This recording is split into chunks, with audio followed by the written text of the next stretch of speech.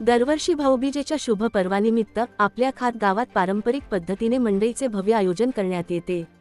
ही मंडई म्हणजे केवळ व्यापाराची जागा नाही, तर संस्कृती, परंपरा आणि गावाच्या एकतेचा उत्सव आहे।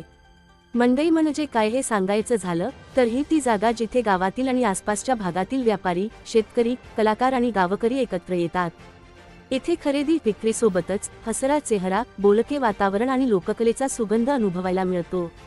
खात गावात ही मंडई अनेक दशकांपासून चालत आलेली एक जुनी परंपरा आहे। ही परंपरा आजही तितक्याच उत्साहाने आणि प्रेमाने पुढे नेली जाते। यावर्षी हनुमान शिक्षण प्रसारक मंडळ यांच्या वतीने आम दंगलचे भव्य आयोजन करण्यात आले।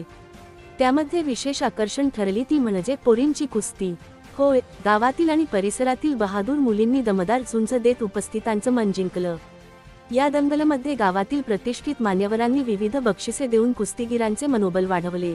त्यानंतर दमदार दंडार मंडळ सुभान पार्टी यांच्याकडून दंडारी या प्राचीन लोककलेचे उत्कृष्ट सादरीकरण करण्यात आले।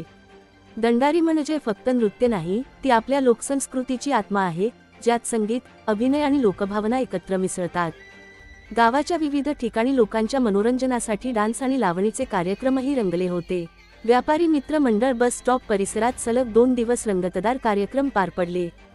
तर बाजार चौक आणि ग्रामपंचायत परिसरात राकेश भाऊ मित्र परिवार यांच्या वतीने सलग 3 दिवस विविध लोकनृत्य आणि लावणींचे शानदार आयोजन करण्यात आले। काल बाजार चौकातील शेवटच्या कार्यक्रमानंतर मंडई उत्सवाची सांगता झाली। संपूर्ण गाव एकत्र येऊन या उत्सवाचा मनसोक्त आनंद घेतला।